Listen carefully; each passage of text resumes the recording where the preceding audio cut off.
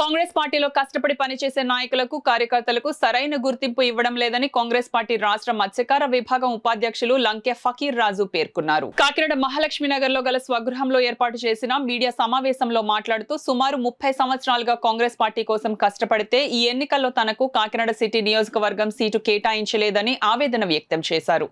ఈ నెల 24వ తేదీన కాంగ్రెస్ పార్టీ రెబెల్ అభ్యర్థిగా తను నామినేషన్ దాఖలు చేయనున్నట్లు ఆయన మీడియాకు తెలియజేశారు. పార్టీ యొక్క విధానం కరెక్ట్ లేకపోతే పార్టీని తీసేసి ఎంతోమంది ఫైనల్గా ఎందుకంటే వడ్డించేది మీరు, తినేది మేము.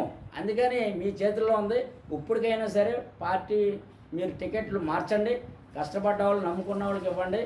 లేని ఎడల మరలా చెప్తున్నాను, రాష్ట్రంలో ఎవరవుతాం అన్నారో అందరూ కూడా మీకు రెబల్స్గానే మేము తయారవుతాం. మిమ్మల్ని ఎదరికి వెళ్ళి పరిస్థితి కూడా మేము రానము. ఎందుకంటే ఫిషర్మ్యాన్ నాయకుడిగా చెప్తున్నాను సార్. మీకు ఇంతవరకు మీరంటే నాకు చాలా గౌరవం ఉంది, చాలా మర్యాదగా ఉంది.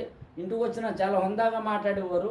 కానీ సీట్లు ఇలా జరగడం వల్ల నా అభిమానులు, నా జాతి, ఎస్సీ ఎస్టీ మైనార్టీ అందరూ కూడా రగిలిపోతున్నారండి.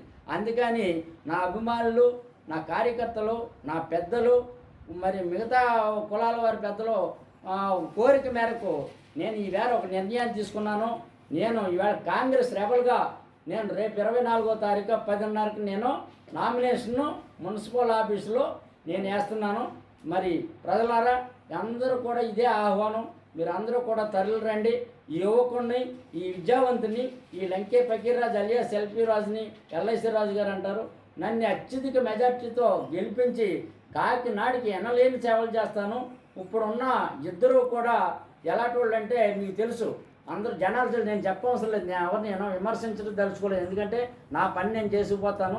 నాకు మాత్రం ఎవరైనా అడ్డొస్తే మాత్రం అడ్డు తొలగించేసుకుంటాను. అది నా పద్ధతి అండి.